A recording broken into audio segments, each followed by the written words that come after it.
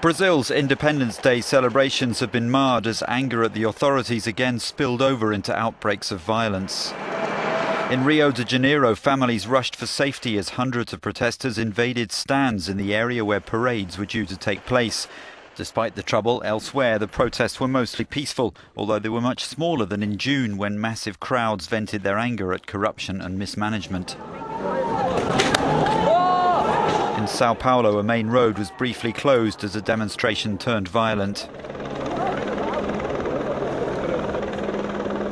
In the capital, Brasilia, protesters weren't allowed near the route of the parade led by President Dilma Rousseff until it had ended. Police used pepper spray to stop a crowd of peaceful protesters who marched to Brazil's Congress demanding that corrupt politicians be sacked.